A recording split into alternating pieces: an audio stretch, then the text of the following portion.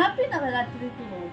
நவராத்திரியின் முதல் நாளில் கைலபுத்திரி அம்மன் பற்றி தான் சொல்ல போறோம். மலைகளில் ராஜாவான ஹிமாவனுக்கு மகள் பிறக்கிறாங்க நம்ம பார்வதி அம்மன். நம்ம பார்வதி அம்மன் தக்ஷகன் ஒரு யாகத்துக்கு புறப்படுறாங்க. ஆனா சிவனோட விருப்பமே இல்லாம, ஏன்னா சிவனுக்கு ப்ராப்பரான ரெஸ்பான்ஸ் இன்வைட் எல்லாம் கொடுக்கல.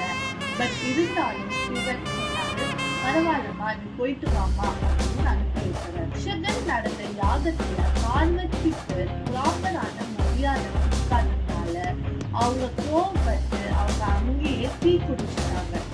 இந்த கதையில அம்மன் மாதிரி ரொம்ப ஸ்ட்ராங்கா கான்பிடென்டா ஒரு விஷயத்துக்காக சுய மரியாதைக்காக செல்ஃப் ரெஸ்பெக்டாக லைஃபோட கோலுக்காக எந்த எக்ஸ்ட்ரீம் வரைக்கும் போலான்னு சொல்றாங்க. இதுதான் இந்த கதையோட சுருக்கம்.